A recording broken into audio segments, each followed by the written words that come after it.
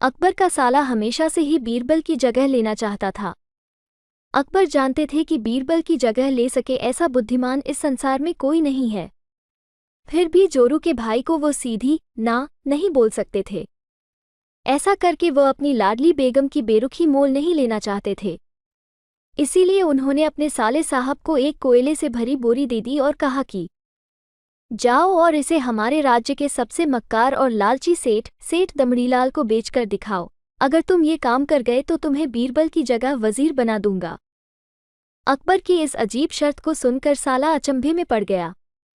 वो कोयले की बोरी लेकर चला तो गया, पर उसे पता था कि वह सेठ किसी की बातों में नहीं आने वाला, ऊपर से वो उल्टा उसे ही चूना लगा देगा।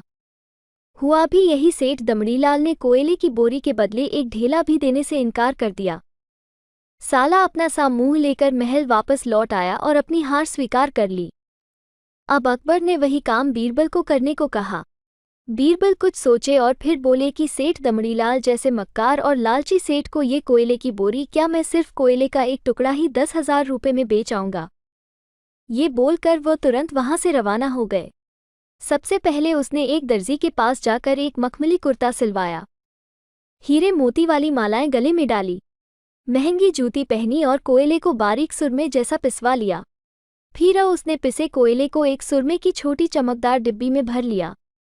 इसके बाद बीरबल ने अपना भेष बदल लिया और एक मेहमानघर में रुककर इश्तिहार दे दिया कि बगदाद से बड़े शेख आए हैं जो करिश्माई सुरमा बेचते हैं, जिसे आंखों में लगाने से मरे हुए पूर्वज दिख जाते हैं और यदि उन्होंने कहीं कोई धन गाड़ा है तो उसका पता बताते हैं।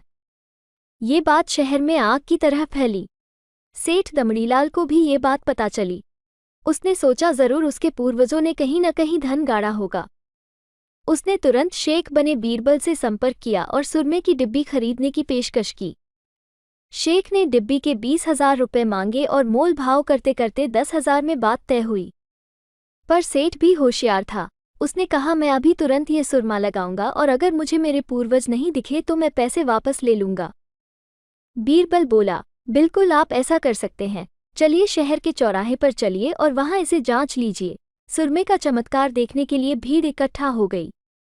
तब बीरबल ने ऊंची आवाज में कहा, ये सेठ अभी ये चमत्कारी सुरमा लगाएंगे और अगर ये उन्हीं की औलाद हैं जिन्हें ये अपना माँ बाप समझते हैं तो इन्हें इनके पूर्वज दिखाई देंगे और गड़े धन के बारे में बताएंगे। लेकिन अगर आपके माँ बाप में से किसी ने भी बेईमानी की होगी और आप उनकी असल औलाद नहीं होंगे तो आपको कुछ भी नहीं दिखेगा। और ऐसा कहते ही बीरबल ने सेठ की आंखों में सुरमा लगा दिया। फिर क्या था, सिर खुजाते हुए सेठ ने आंखें खोली। अब दिखना तो कुछ था नहीं, पर सेठ करे भी तो क्या करे। अपनी इज्जत बचाने के लिए सेठ ने 10,000 बीरबल के हाथ थमा दिए और मुंह फुलाते हुए आगे बढ़ गए।